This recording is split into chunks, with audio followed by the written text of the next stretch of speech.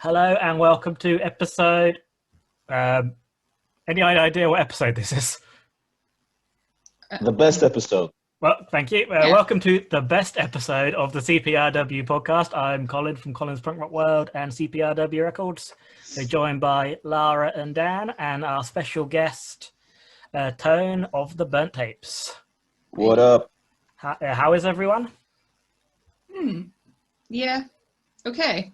Yeah, I've been doing like some grown-up stuff lately. Like we've had an offer accepted on a house, an offer we put in. So we're kind of venturing into the world of mortgages. So keeping it punk over here in Swansea. Yeah, so it's all right, just a bit stressful, but yeah, good. Otherwise, Good. yeah. How's Dan? Not up to much, to be honest. No? Looking forward to getting back to gigs. Just seeing listings appearing and thinking this actually looks like it might actually be happening now. That's very Yeah. exciting. And how is Tun? I am okay. I'm slowly getting used to the new loosened regulations out here in London. I've been catching up a lot of friends, obviously doing everything that's necessary to do to be safe. But yeah, no, it's been far more positive than it has been for the last, I would say, since January. Back to work. Work is coming back in my life as well, so I'm no longer very poor. I'm just poor. But yeah, no, I'm cool, man. I'm cool. Just glad to, get back to normality as soon as possible. How are Yeah. the rest? How are the rest of the guys as well? I have no idea. Okay. I have seen them over the last year, maybe 10 times. That's pretty good, to be Apart- fair. Apart from Phil, obviously, because we're pretty much always together. As far as I know, they're all just working, getting on with their lives. Obviously, trying to figure out how to get back to normal life. But yeah, I very much look forward to seeing them at some point regularly again. Me too. Me too. The last time I saw you, Tone, I was thinking about this the other day. Would have been the Bad Cop gig at New Cross, and Well, you yeah. February last year, and that when you sort of let on about a big gig you've been booked for in Florida. God. I just remember damn it. how excited you were, and then that was basically the reason me and Emma brought tickets for that festival, and then the Damn world it. broke. But hopefully this year. Yeah. No, it's Yeah. a tricky one. We've been sort of like in communication and touch, basically on the basic level with our organizers, and I think it's basically what they sent to everybody. But as far as we know, it's still on. But there's going to be a lot of decisions to be made about, the type of layout, and of course the big question is going to be is vaccination, if it will be mandatory to attend the festival. And I think that's something that's going to be have to juggle with a lot, because you have a lot of different people from different parts of the world that are at different stages of the process of vaccinating, making it available. So there's going to be a very sticky point coming to the summer, and I'm going to be on the edge of my seat until I know exactly what else going on. But I really, really hope it happens. Me too. Because I want to go see the Burnt Tapes in a different country rather than just Yes, yes, a different continent. different Man, country. It's such a logical reason to buy a tickets for a festival, to see bands you see all the time. Yes, that's it. You see, At we your see regular that gigs. every 3 weeks or something before Oh, lockdown. maybe. Maybe. It's like I've seen this band back in England when I was the only difference is that I was drinking a lager, while right now I'm having a Four Loko. But part of it for my excitement was for me. For you guys and Triple Sunday was like, we've been watching you since basically the start. And then I know how much you both like bucket list thing was fest. So For us, it'd be really cool to see you do that. oh man, for us it's the Holy Grail. It was always a Holy Grail. From the very start, from 2015. I think it was 2015 when we started. Yeah, either 14 or 15. We told ourselves like, we're going to have fun, and we didn't look too far ahead. But the one thing we said we have to achieve is to play fast. It was like a must. So It'll happen. I believe. I believe. Right. So today we're all together to play Album Club again. So if you didn't listen to the last episode where we did Album Club, shame on you. But it's basically where the group of us all pick an album or an EP and send it to the other people, and then we discuss it and sort of talk about what we like and dislike about each one. And then at the end of the episode, we all pick our favourites, and that person, I guess, wins. It's no prize. It's just fun. If I win, I might cheer. I didn't win last time. I was sad. So we'll crack on with that just a second. But I do want to make the point again that we're not saying the picks are technically the best, because there isn't a best in music. It's all objective. So we're just saying it's our favourite. So because music isn't a competition. That's it. That unless sense? you're actually unless it's literally a competition where musicians are playing for. Well, yeah, but that's another sort of sticky point. Should that be like Battle of the Band? Should they exist? Yeah. Depends on the circumstance, I suppose, and the spirit that is played in. Yeah. But yeah, so this time we are doing the year 2015. Is that correct? Yeah, well done, Yeah. Colin. 2015. Yes. Yeah, yes, because that's Lara correct. won last time, and so she picked the year. So I guess Lara can present her one first. Oh, lucky me. I will find out where I've put in my notes. Okay. So I chose direct hits, more of the same. I think it's Satanic Singles. So it's a load of their released songs, recorded songs that they recorded from 2010 till around 2014. They brought it out the following year. I think Direct Hit are a really, really fun band. You'd never really know what you're going to get with them. I first heard them probably around 2017, 2018 maybe, because I started really getting into the Bomb Pops around that time. And the Bomb Pops are in the Paid in Brains video. And so I saw on YouTube a linked, you may like this if you like the Bomb Pops, and I started watching it. And then I was so completely sold on Direct Hit once I saw that video. That's why I kind of chose this one. I wasn't sure what to pick for this year. There were a few things that I was going to pick an EP first of all, but I thought this was quite fun, so I thought I'd stick it in. Yeah. That's my choice. Oh, so for me, it's probably my favourite era of Direct Hit. The older. I think the other stuff's still good, but I kind of fell off a bit because I started discovering other bands as well. That's the thing I do. I find a band and then love them, and then kind of find other stuff that sounds like them, and then forget about the original band. Yeah, I'm exactly. I'm the same as well. Yeah. Totally the same. I really like. There's a lot of really high energy songs. I like chaos when I listen to music. There's stuff coming from everywhere, and I really enjoy that. Yeah. It sounds. Yeah, sorry, go on. Go on. Oh, yeah. I like immediate. It's not a word. It's a word I've made up. Immediacy. I like a song to be immediately hitting you, to be in it straight away. So, and I think Direct Hit do that most of the time. Yeah. So I know what you mean. I it's quite. It's not super overproduced as well. It's more of a raw sound in Direct Hit, which I guess because it's earlier, it's more, and it's sort of a collection of singles. So did they remaster it for the album? Do you know, or did they just chuck them all on? I think they re-recorded them. I think. Yeah. And it might just be a remaster. I don't think it's re-recorded. Oh, okay. I'd be surprised if they were. There's a lot of songs to redo. Yeah, honestly, I didn't really read into that.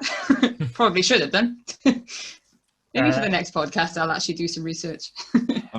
No, don't do research. What the hell is it? Honest to God, I have notes. I was expecting professionals.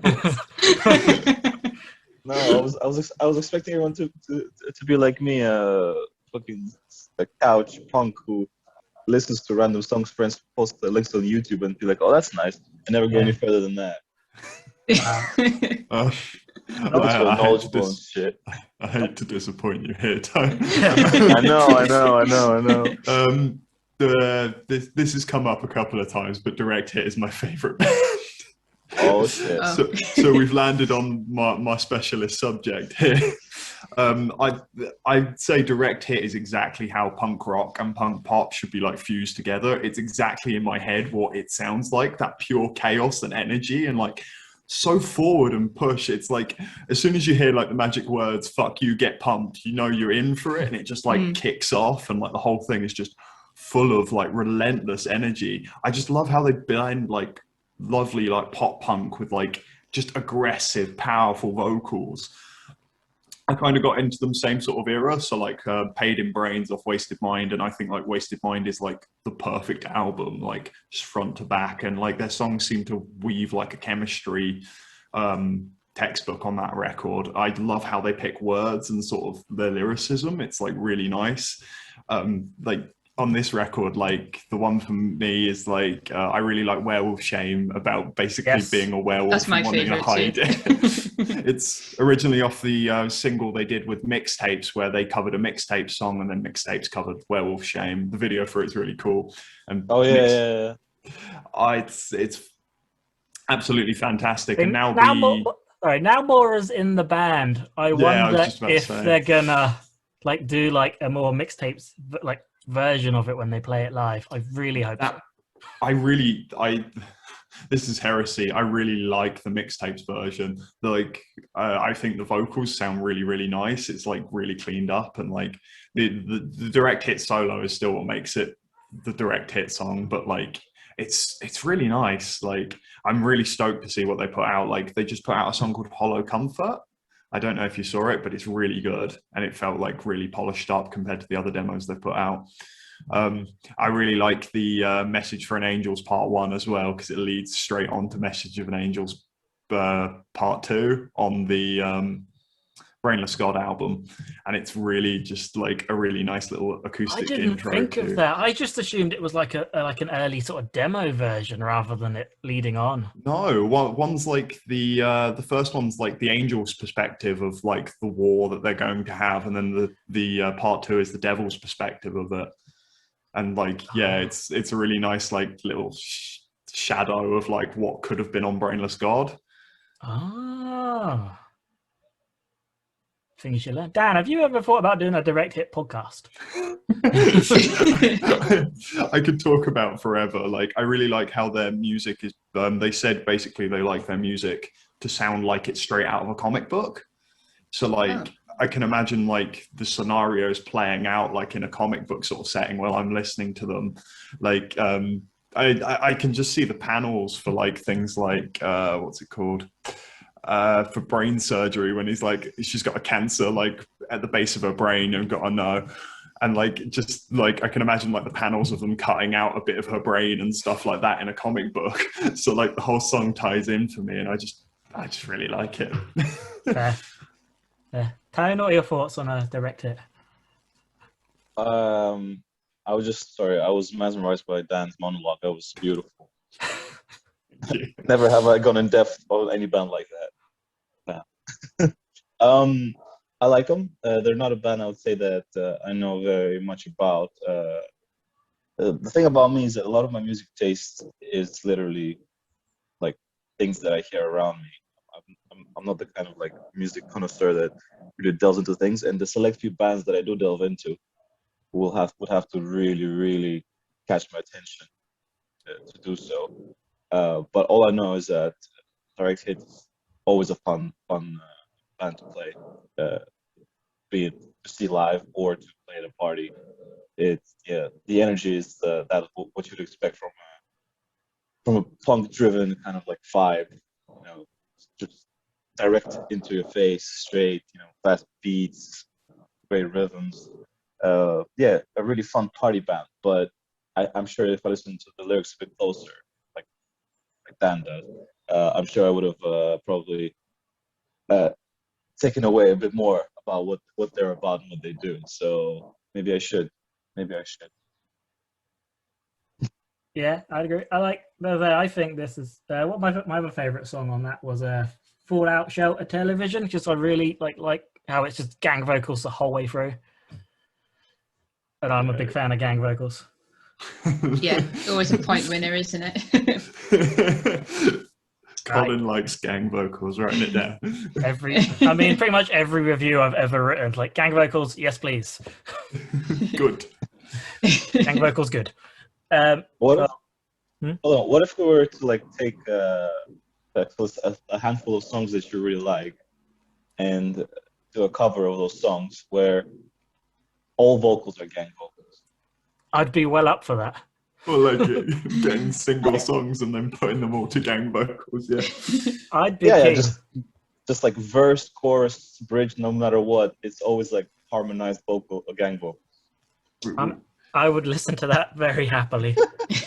Assuming the gang vocals are good, but as long as they're in harmony and they're sort of, yeah, I'm up for that. That's why I love Captain Arsehole so much. They have so many gang vocals. Yeah. Cool. Anyone else got anything extra to add on Direct Hit? Not Dan. Oh, I wonder, there's a song on there called Captain Asshole. Is that where they got the name from, do you think? It wouldn't surprise me. Yeah. I might ask. I'll ask. Send Max a message later and we'll find out. Yeah, cool. Okay. They're recording at the moment as well, which is very exciting. Cool, isn't it? I'm looking forward to that. My favourite thing about this era Direct Hit is the fact they use the keyboard so often. Yes. Like I really like it when they had a keyboardist. Like, keyboardists in bands. Just like, is that why Tape It Shut have a keyboard player? Was that part of it? Yeah. Yeah, because I like them. Fair enough. Just keep them. You just can't play one. Yeah, no, I can't. That's something you could have I got some spare ones. I got like 2 spare keyboards, Dan, if you want one. Or 2. Oh my god. Maybe. If I drive to Wales and pick up your keyboard, maybe. I must say, though, this is my least favourite Direct Hit album as well. It's like with Doom Splitter, it feels like all of the singles they chose for Doom Splitter flipped together to like make an actual thing, while these ones are just a bit kind of all over the place, and it's like these are what we did in the last 4 years. I think that's why they even put the years in the actual album title. Yeah, I agree with you on that one. It definitely feels like it's just been kind of put on there without much kind of thought about cohesion in the same way, I guess. Yeah. Is it in the order they were released, do you think? I think it might be. That would make sense. Yeah. It's like a time sort of a thing. Cool. So yeah. Shall I present my one now then? Go ahead. Tun and The Wasters. I can never say the Anachronist's Cookbook. I think I said that correct. Cookbook. It's not the Anarchist. It's got a H in it. Anachronist. Anachronist. It's someone who like wishes or longs for like a previous like time. Like, you know, when people say I was born in the wrong era, I think it's that sort of thing. I googled it because I didn't know what it was either. I was like you then. I was like, oh, this is definitely anarchist. I just read it as Anarchist Cookbook. But... Yeah, I'm dyslexic, so I've just read it as Anarchist Cookbook, and I've told everyone it's been Anarchist Cookbook forever. So. Whoops. To be fair, the word does look like it, and with the sort of album cover as well, art, you'd expect it to kind of say that. So, yeah. Yeah, I just assumed it was sort of someone from like olden times who put stuff in a pot and mixed it and like. Yeah, that too. That's what I kind of felt it meant. Yeah. I didn't have this thought to use Google. Yeah. So yeah, maybe that. Oh no, Tun's dying. Sorry. Hang in there. Yeah. So. The Anachronist Cookbook is a folk punk with like ska, hip hop, Balkan, and Latin influences. Like when I first heard it, it just blew me away because it wasn't like anything I'd really listened to before. It's quite varied. As you go through it, it doesn't feel like 2 songs sound the same. So there's loads of energy, loads of like different vocalists and different like musicians or musical instruments. You got an accordion. A tin whistle, violins, and sort of guitar, bass, drums. They rap on it. There's some vocals are in French. Yeah, French rapping. Yeah. Are they from France, or is it like a collective different? No, they are based in sort of Reading and Bristol, or they were. They were from Reading originally. The rapper they have in is a guy called MC Amagan, who's an actual French rapper who moved to the UK, I believe. Yeah. Do you know Boom Boom Raccoon, Tone? Yes, I heard of them. Yeah. Yeah, Ivo from them was in Tun and The Wasters. Oh. Yeah, they do loads of songs like immigration, friendship, like finding yourself, like educating yourself, and things like climate control and fracking. So sort of really important social stuff. Like they are quite fast, but they can also slow things down, and they're not afraid to throw in like a 6 minute long song as well. Yeah, that's the anarchist. And how many members are in the band? Oh, loads. I don't know. When I last saw them, I think it was 7. Yeah, they're split up 7. now, sadly. Yeah. Is it they're like part ska band, so there's going to be at least like 5. Yeah. Yeah. This reminds me of this one time when back in 2000 something. Too many years in the freaking scene. Sorry. When we were still doing shows under a little promotional kind of like venture that Bill and myself did in the early days when we were very excited and motivated to do things. We had a band from Liverpool. I think it was called Bolshi. Oh yeah, I know Bolshi. Yeah. So basically, similar kind of vibe, but even more chaotic.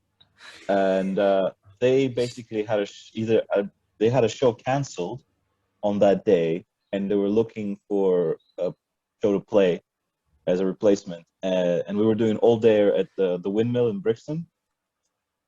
And knowing what it feels like to be in a band and having a show canceled last minute, and then not being able to play on a single, on that one day when you only have so much time to do your thing, we decided, yeah, sure, why the hell not? Get on. We were already stacked.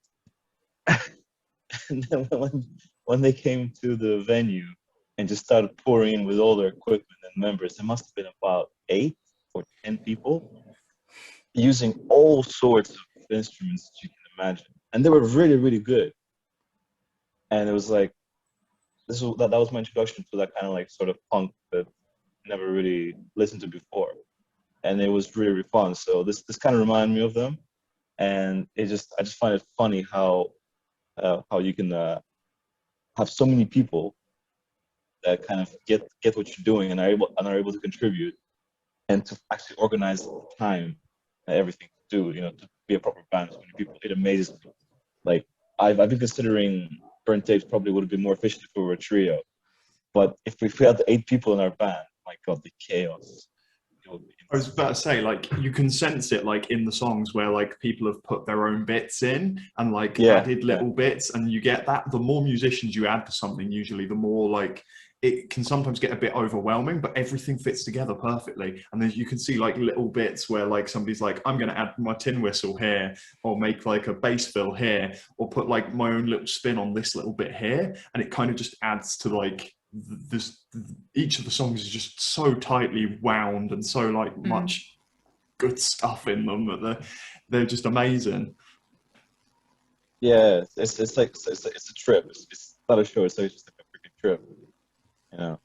Chaos is great.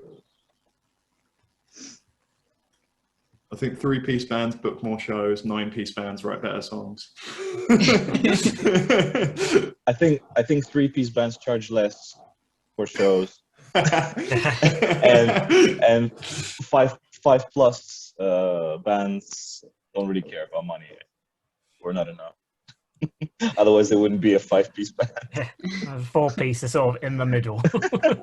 Yeah, Want to earn a little bit, but we'll play cheaply. Yeah.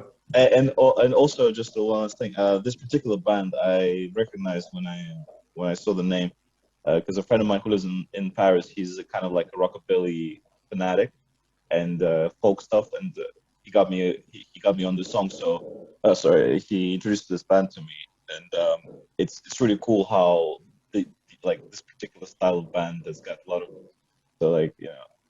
DIY ethos, and how spread it gets in terms of being heard by people that are not really into DIY punk, like my friend. My friend is just like a regular kind of like connoisseur of music, that particular angle. So it's really cool sometimes when you see a DIY band just pop up in a conversation that with people that have no idea what the hell it is or what it is that they actually do. So, good choice. Thank you. Like, I really, this album's kind of special for me. Like anything from Reading, like I feel like kind of a connection to. But like Wilton and the Wasters fell into that unfortunate category where I was growing up and I wasn't allowed to go to shows yet myself. So by the time that I managed to get to see them, they'd already moved to Bristol. So I saw them, I think, once before they became And the Wasters and Wilton left. And they were fantastic live. They're just one of the best bands. And like, I was so glad that I got to see like Dead Fishes and Other Side live off this record. Because like Dead Fishes had some of the best lyrics and like, as in like a song about environmentalism, like fracking up the earth with mosquito-like machines. It's like, you can imagine like giant mosquitoes like sucking the water out of the earth and the oil out of the earth. And it's like, oh, it's such a gritty lyric. And Other Side has some of the best vocals on it going. Like Jen Hart and MC Amagam, like really like also as the features on it, like really hit home. I think it's got my favorite pre-chorus with like the lightning fast vocals on it. And then like the bass fill that just dun straight into the chorus. Like, oh, it's such a meaty song put together. And like I really like Downtime as an ending. Like it just like, I think that song's brought me to tears a couple of times, just like on wooden chairs in my 1-bedroom flat. Like I've been in that vibe where like you literally just have a mate round, you're just eating biscuits, just chatting around about the world, and you're just thinking, oh, this is lovely, this is just the best thing. And that song just encapsulated that, just basically good times with friends. What do you think, Lara?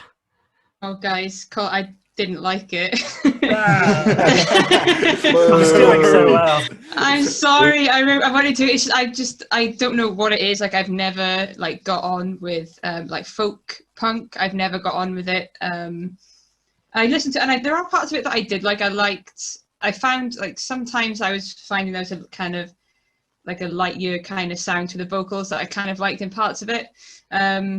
It's funny that you say they moved to Bristol, because like the first thing I thought was, this sounds like if you're walking through Stokes Croft. Like it's kind of the music that you'd expect to hear like outside.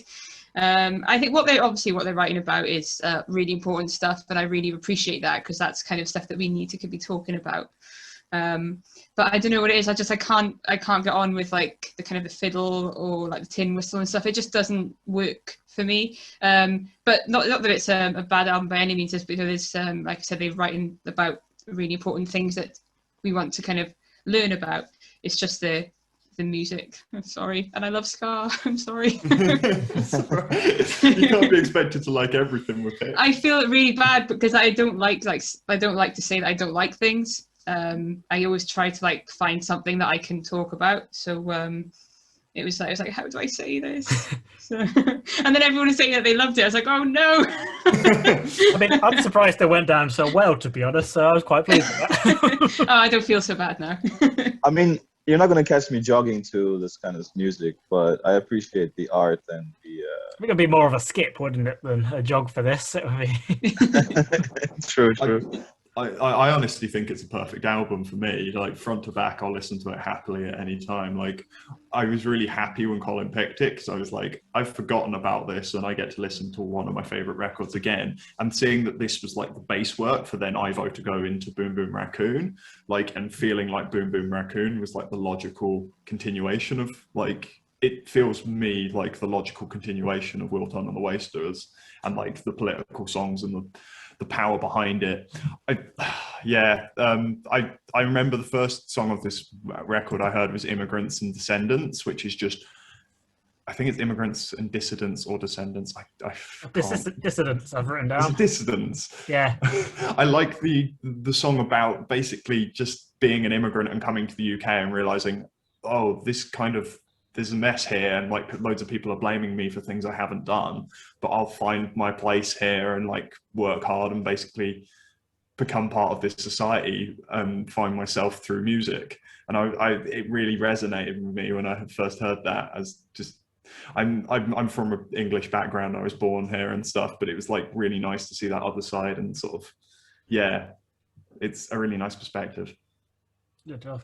That went reasonably well. All right. So we've got only a couple minutes left before we have to take a break. So I'll do some quick news. So some gigs have started to be announced, which is very exciting, and it actually looks like there's an actual possibility things might happen. So, what have we got? So, a band called Out of Love, who are based in London, or not like Luton, I think, or north of London, who are just phenomenal new band, and have like sort of got together. Then the world broke, but they put out 2 really, really good EPs, and they've announced their first 2 shows now. And the first one is at the Crawford Arms in Milton Keynes. And the second one is the next day at the Engine Rooms in North London. And if I was a professional, I would have written down the dates. But September, hang on, September the 17th, I want to say. Yeah, Friday, September the 17th is the Milton Keynes one. And the next day, the 18th, Engine Rooms in North London. They are they're label or roster mates with Tone and the Burnt Tapes on All Corners Artist booking as well. So there's a thing. So excited for that. I'll be at the Milton Keynes one. And then what else have we got? Call Me Malcolm have got their release show for Me, Myself and Something Else, which is at New Cross on the 27th of June, which hopefully will be the first weekend when things can happen again. So we got, what have I written down? They got Till the Fest, obviously, have announced a load more bands, including the Suicide Machines and Lightyear and Call Me Malcolm and Cult Dreams. And that's just ridiculous. Ollie, who does Till the Fest, is 20 years of promoting, and they're having a big old party in October, October the 8th. And then and there's 5-a-side football. My team's going to beat Towns. We're very excited. You wish, man. You wish. And then on the Monday after that, Sponge are playing New Cross to do 20 plus 1 years of Room for Abuse. So I'm excited for that. And what else we got? The big news is Manchester Punk Festival have announced their dates for 2022, which will be the 15th to the 17th of April. That's all the news they've released about it so far. But obviously, it's all very exciting because MPF is one of the best festivals in the world. Nice. I would assume the lineup will be quite similar to what it was supposed to be in 2019 or 2020, when 2020. That's the one that didn't happen, isn't it? Yeah. But I don't know, maybe they'll have some surprises for us. We'll see. And quickly, talking of Manchester, our friend Tree, who does Anarchistic Undertones, has announced the Popes of Chillytown are playing a gig in December with Call Me Malcolm, Ward Eye, Just Say Nay and Plot 32. Which will be a lot of fun. That's at the Bread Shed, which is a great venue in Manchester. Plot 32 is awesome. I'm yet to see them. I'm supposed to be in Hamburg for Booze Cruise that weekend, but if we can't get there, this is where I will be. I might travel up for some of his. They look really good. Yeah, Tree's doing some great stuff, but let's not say nice things about Tree because he would have said about us. I know.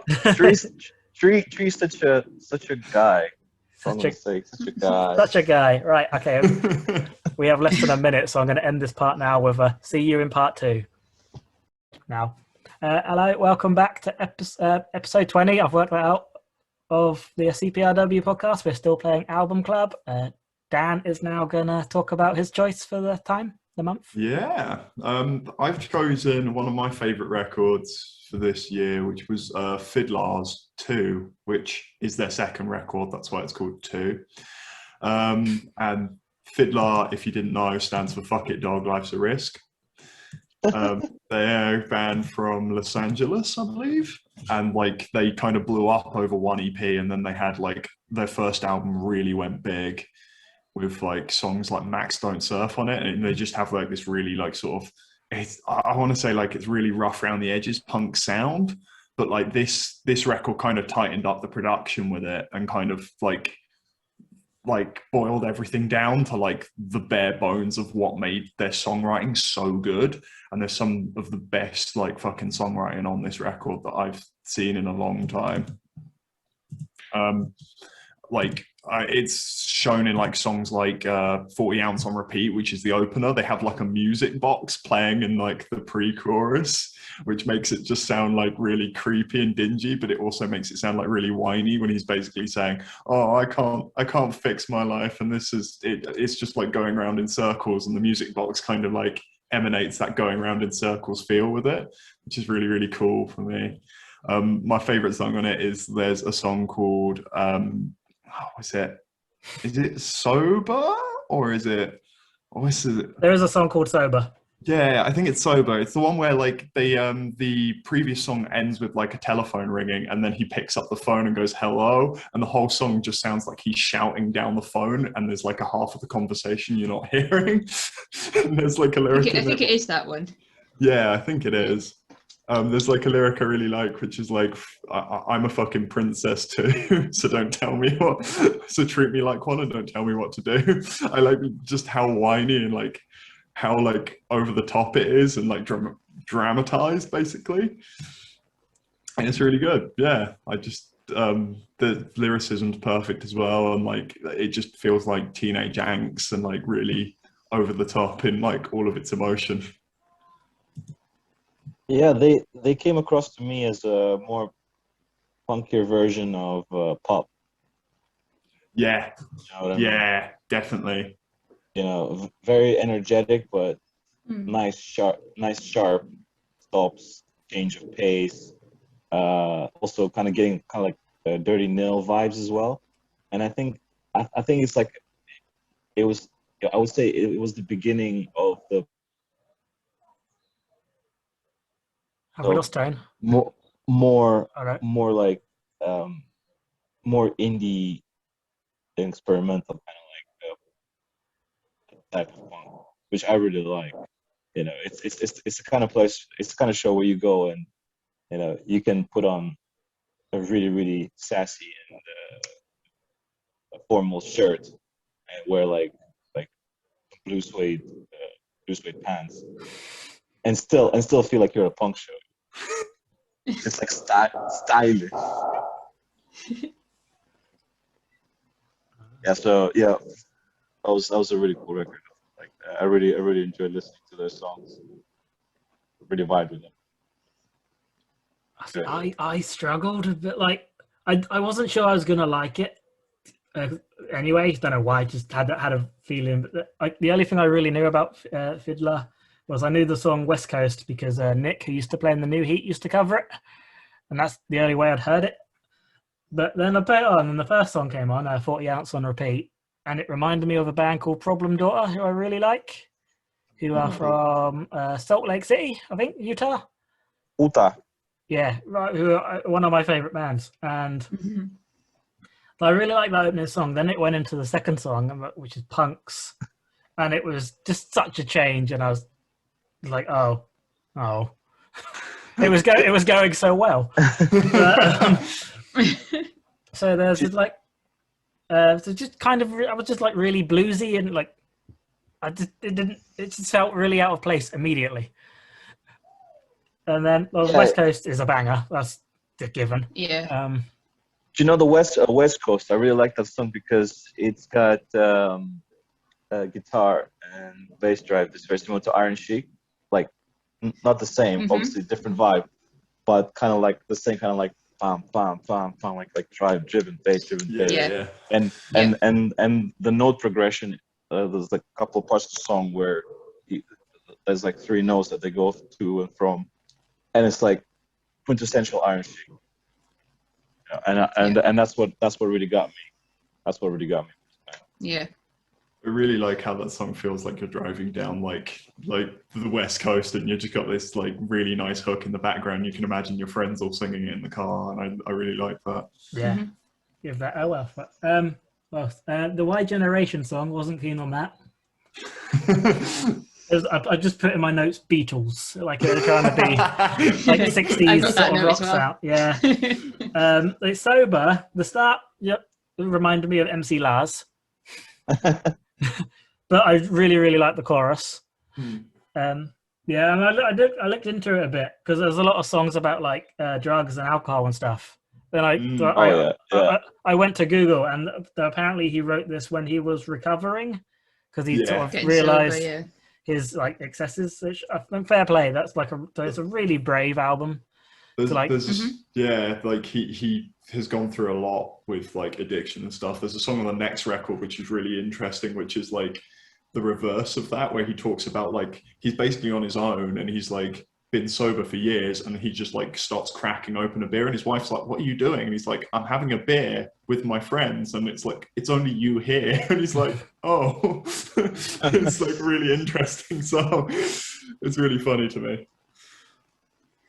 I thought it was a really good record. Like it's I wasn't sure what to expect. It's been a band that I've meant to listen to for a long time. I remember like a couple of years ago, Jen from the Bomb Pots put it on a playlist, and I was like, "Oh, I'll go back and listen to them," because she was going on about them for ages, and I never got round to them.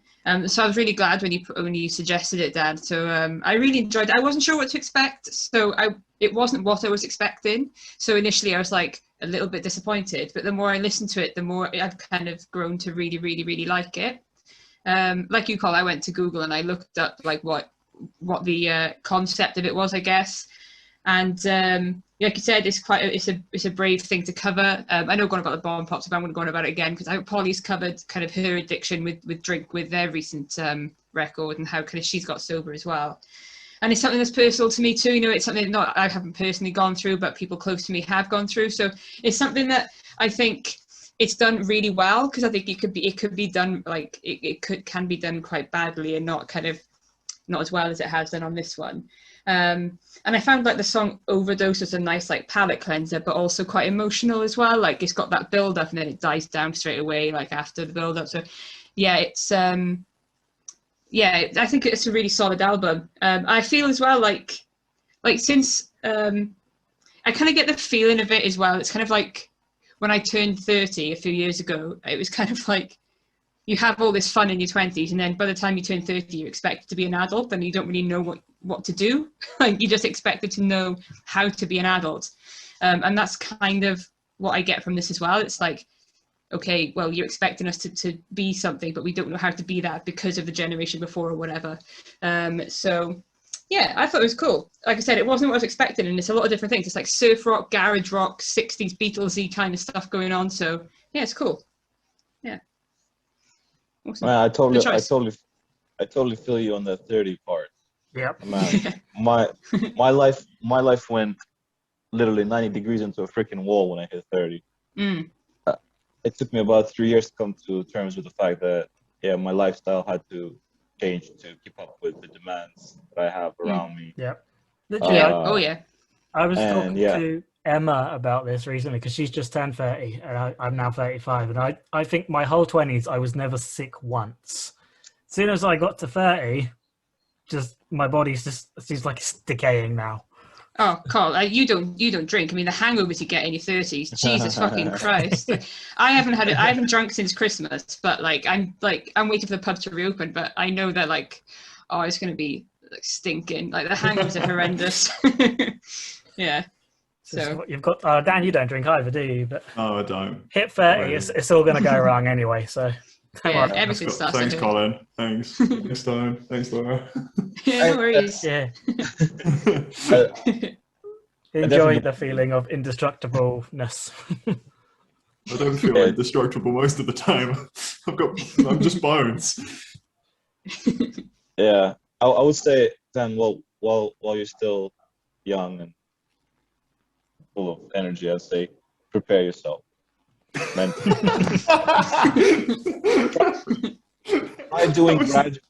Try doing gradual adult things every day, bit by bit, just so that you're accustomed to it being a bigger part of your life in the future. I just don't put it that way.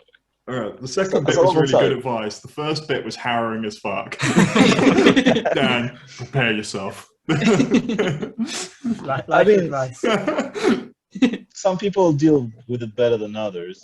It really depends your sort of like state of mind, and I was pretty much like a standard process of going from my teenage years into my 20s, where I thought that I can be a bit loose, but at the same time, start exploring long-term possibilities of what to do with my life. Eventually, you get lost in the fun. You don't think about what's coming up, and then when it does come, you either persist with it through unhealthy methods like substance abuse, or you actually take the time and dig deep to not change yourself per se, but alter certain perceptions and approaches to life, I suppose. but again, it all depends on character. You could be the most sort of resilient person in the world and just get through it like this and say, hey, whatever. I'm 35. 10 years will be 45, and that's not going to change anything about me or what my happiness relies on. So to each their own. Deal with it as it comes. Yeah. This is quite the digression from Album Club, but so. Well, it kind of fits into the whole Fidlar thing. Yeah. I've been stuck. Sorry, I just want to say, I think we've all been stuck at home for a very long time, and I think we're at a point where we really need to talk about some pretty fucked up things. Yeah, 100%. It's unhealthy, man. It's unhealthy. There's the amount of shit that I keep inside behind the wall, which I probably should, is ridiculous, and I don't want to let it out, because if I let it all out, it ain't pretty. No, it's important to talk. We are planning on doing a podcast on mental health soon-ish when I pull my finger out and organize it.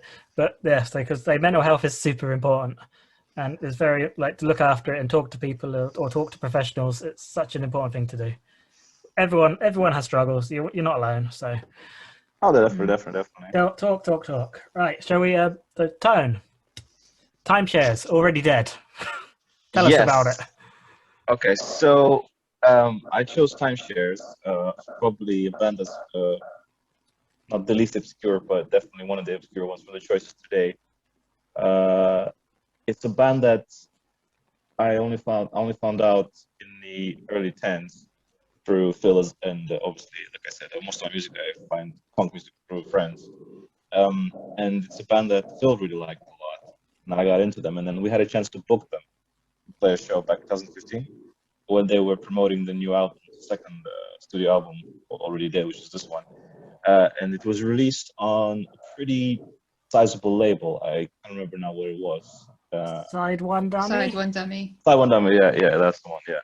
So it was it was their kind of shot at becoming a solid part of the US punk scene, and it's, in my opinion, it's not as good as in whole. I mean, they released in 2010 another album, the first one, which was, I wish it was 2010, because that would have been one of my choices, 100%.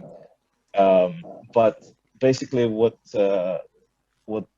their band is about in terms of sound is obviously a bit more slow tempo, which we take a lot of inspiration from. Number one, we can't play fast because we can't drum fast, and I can't keep up my downstrokes with fast skate punk music, which I hate. It's a band that puts a lot of emphasis on guitar craftsmanship. There's a song in the album, I think it's called "Corner of Park and Park," where it's really masterfully done, the way that they use the guitar to break up the tempo and give you a little something different from three note punk stuff.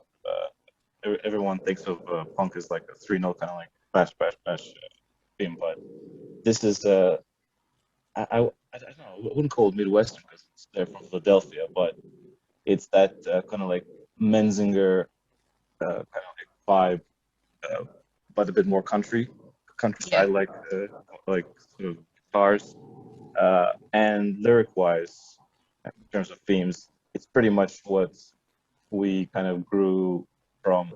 Again, themes of doing things in a good way, taking things, good and bad things from old situations, and just reflecting them in the songs.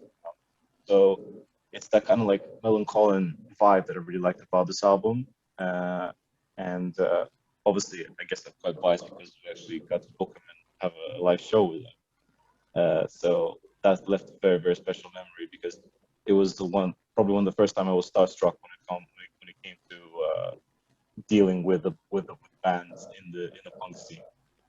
So it was a special kind of step in my experience in the punk scene, and just having an American band for the first time, come all the way from across the pond, and you're there taking care of them, making sure that they have a good show, which the show was okay. We weren't very good at promoting at that time. I feel them vibes.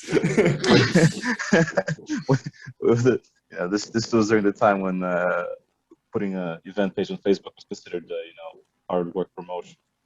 It's the same thing with Fabled Mind, I think last year or the year before, where like I was like a huge fan of them, though they'd only put out the one album. I was like, we booked a show in Reading for you, and 10 people have turned up. Oh. But I really like you guys. Yeah. It's hard, man. It's hard. When I booked Fable Mind, there was a full room. I'm just saying. Oh. Just Whoa! Shade. I was there. That was why. You were there. And then I didn't do any of the work either. But so yeah, just to finish up, like to me, this particular album is like hangover music, if you know what I mean.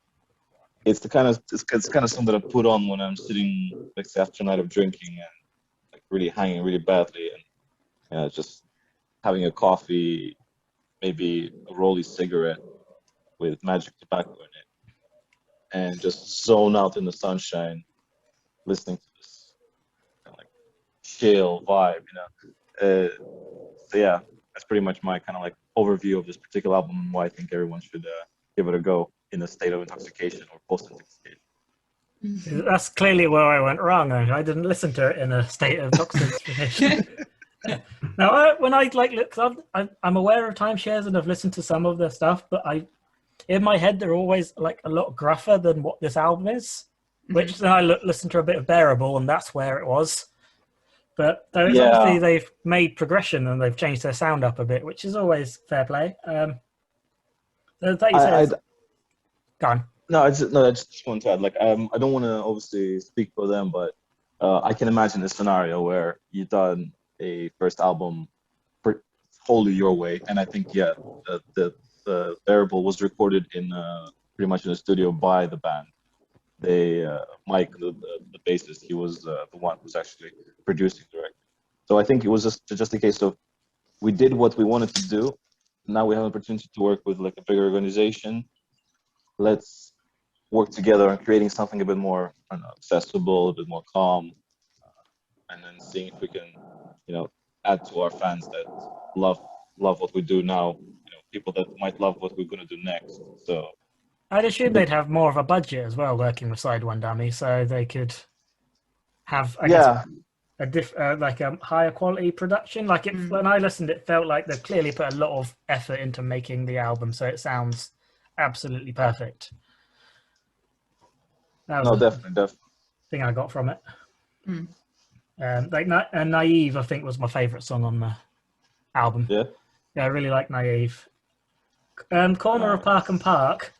It might just be me, and I apologize if I'm offending them with this comment, but it reminds me of my own Worst Enemy by Lit. That might just be me.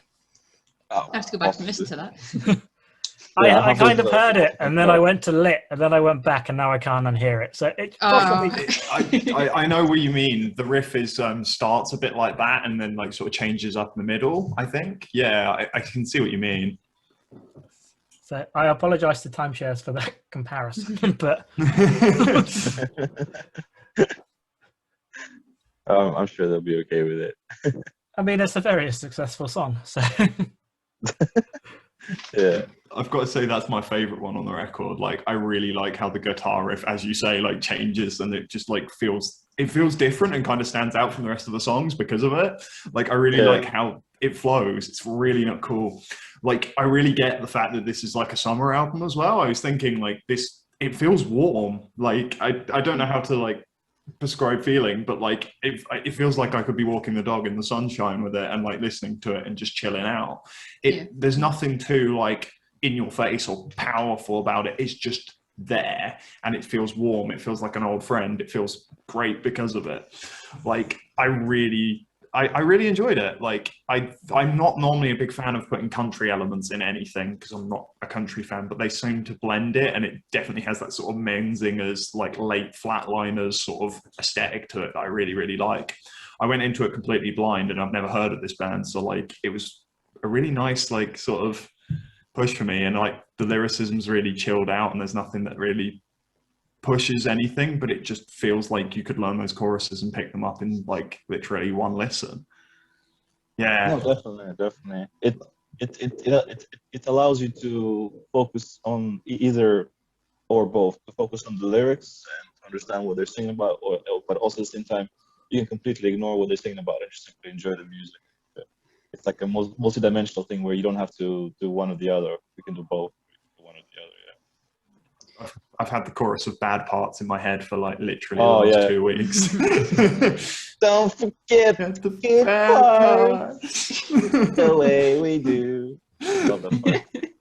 I actually, I don't know if you remember around that time they released on television there was a commercial for one of those like Holiday Inn or Travel Lodge where they had puppets, similar to the music video of Bad Parts. So basically, as a total fanboy, I used my Microsoft video editing skills to take that commercial, but put the song "Bad Parts" over it, of the soundtrack, and I spent hours trying to sync as much as possible of the movement of the puppets. Oh my god! Singing of the words. And you know what? It didn't come off half too bad. But YouTube restricted it because it was copyrighted. Oh, after all that, bastard! That's ask for a link. And I'm not sure if the copyright was for Timeshares, which I had never imagined that they would do something like that, or if it was copyright for the commercial. Oh, that's a shame. Yeah, I want to see that. Yeah, me too. Oh man! Just upload it to your Facebook, Tone, and we'll watch it. Okay. Yeah, I thought it was. I like Timeshares anyway. I'm a fan of them anyway. Like I first heard Bearable, and then I bought this album on record. I didn't listen to it. I bought the record first. So when I listened to the record on my record player, I was a bit like, "Oh, that's not what I was expecting." But the more I listened to it, the more I kind of grew to like it. My favorite song, I think, is the second one, "Tail Light," because I think it still has that kind of Bearable kind of sound to it, and I like that kind of. I like the gruff punk stuff. Like you were saying, Dan, it's interesting you said you could feel like you were walking down the street on a sunny day or whatever, because I've written down that it's I kind of got southern US rock and roll kind of country vibes from it.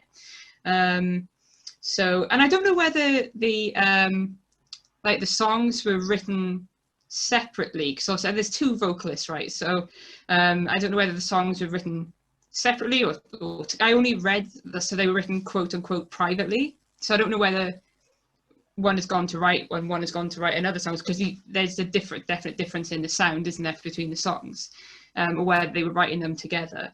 But yeah, I think it's like quite, it's almost like a more kind of, it's like a maturity in the band, I suppose, moving on and writing more kind of like more mature music. So kind of like a rock and rolly country punk record. Yeah. It's a solid all rounder, I think, isn't it? There's a lot on there. Yeah, that's actually a really good point. Considering that it was about 5 years between the two records, a lot of things can happen in 5 years. A lot of things can change. I think even currently now, 5 or 6 years since then, they've had some changes in personnel. They've released some new stuff as well over the years, and it's again gone to a whole different part where Bearable was. And I feel so like if I was Timeshares and I released Bearable, I probably would have been kicking myself for making a record so fucking good that the follow up is so hard to do. Yeah. Like I really like Already Dead. I really like, but goddamn, Bearable is just the perfect record. Yeah. I think like it's like 2010 kind of had that. I think it's the same with Iron Sheik, Not Like This. Like that was such a solid album. Like there's not one track you can skip from that. And I think they've carried on making excellent music, but that album is just like it's a perfect record for me. Oh yeah. And I think it's quite hard to top that. Yeah. Yeah. So yeah, I agree with you on that one. 100%, 100%. Like records that go from 0 minutes to end like without skipping, very, very rare. Oh yeah. When you find them, it's a golden find when you do find them. Yeah, when Timeshares play like Already Dead live, do they have? Is it like exact like it sounds on the record, or do they put like their gruffer elements into it from like the Bearable days? They get it pretty close to the record. They're very talented musicians, as vocalists. They can pull off a CD kind of like studio sound with that kind of like chilled vibe.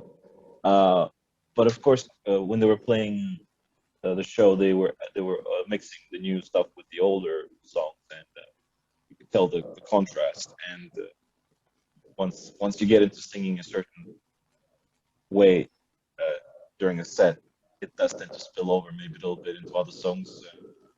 So you have this interesting mix of clash of styles of what was meant to be and what actually comes out. But yeah, no, you're right. Cool.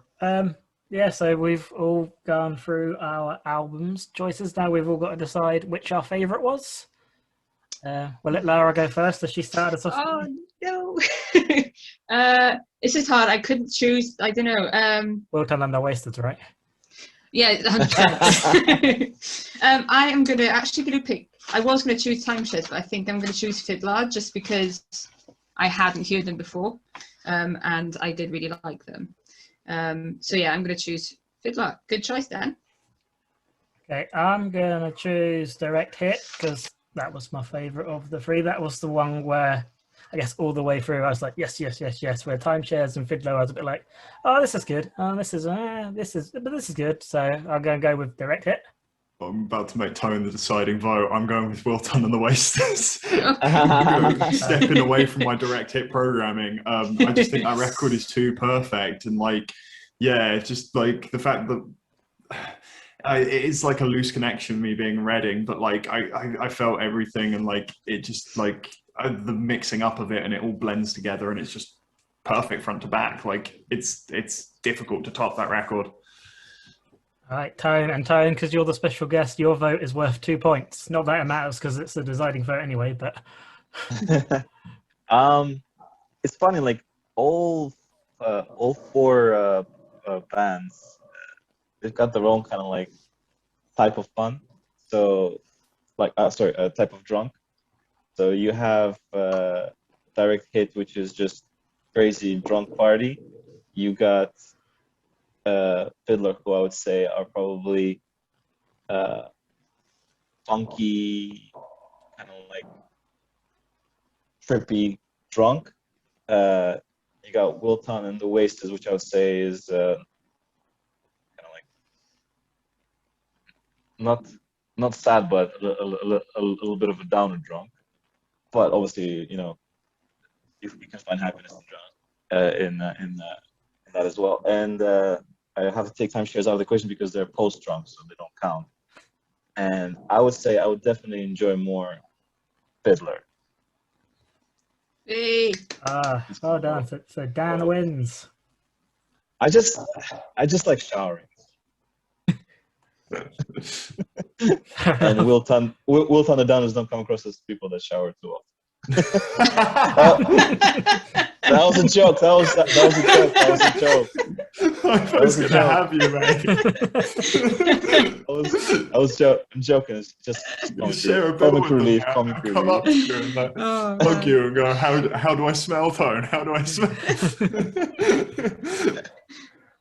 Yes. So Fidlar 2 is our album of this episode. So Dan, well done. Your prize is you get to pick the year that we do next time. I think I've already decided on this. I'm going to go with turn of the Millennium? century? Millennium, yeah, that's the one. And go with 2000. 2000. Whoa, Whoa. solid. Okay, awesome. Were you alive? Yes, I was. I was 4. Thank you very much. Oh, that's exciting. What came out in 2000? So we've got 5 minutes before this session ends. So we'll do some burnt tape stuff. What have the burnt tapes been up to, Tone, this last year? This last year, we were taking very, very short, intensive steps into creating new music. We've obviously taken the opportunity during the lockdown to release a couple of things already. If you had a chance, if you haven't a chance yet, check out Grower. It's a 4-track EP. And another really fun thing we did over the last year is recorded a cover of a party banger, Working for the Weekend. It was a project that we got involved with the record label in the US, which right now has gone quiet.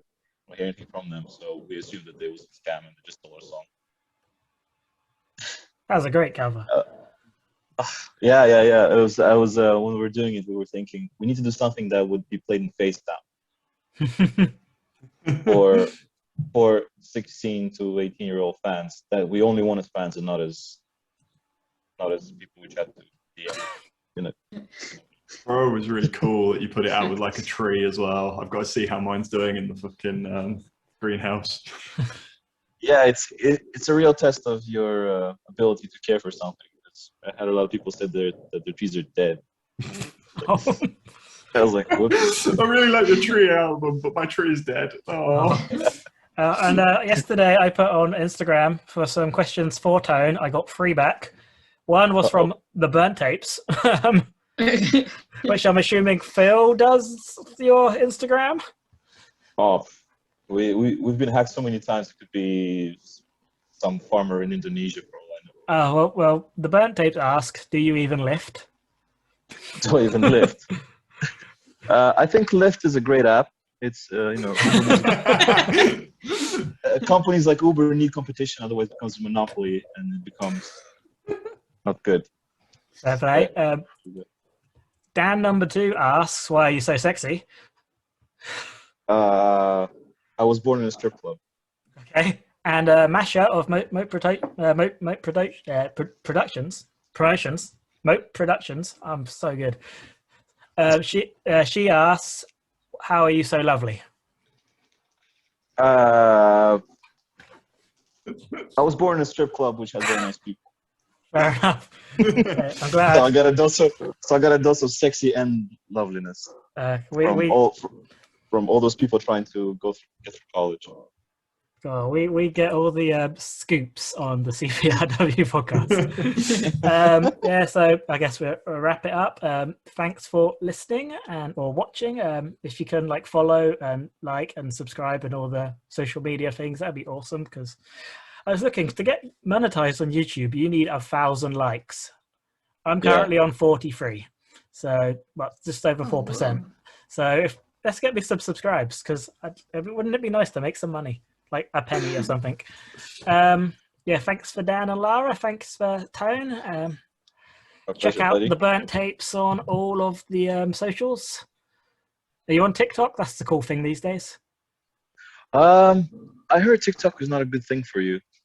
Oh. So I thought you'd be really good at TikTok, Tone. Oh no, I heard too many stories. People being bullied into tears. Oh, don't go on TikTok then. Yeah, don't go on TikTok, Tone. You're too nice for TikTok. Yeah, just have Tone's word of wisdom on TikTok. What else do we say at the end of these things? 20 episodes in, still don't know how to end them. Thanks. Like Colin's Punk Rock World and CPRW Records, and that's it, I think. Cheers, everyone. Thanks, Fuck you, get pumped!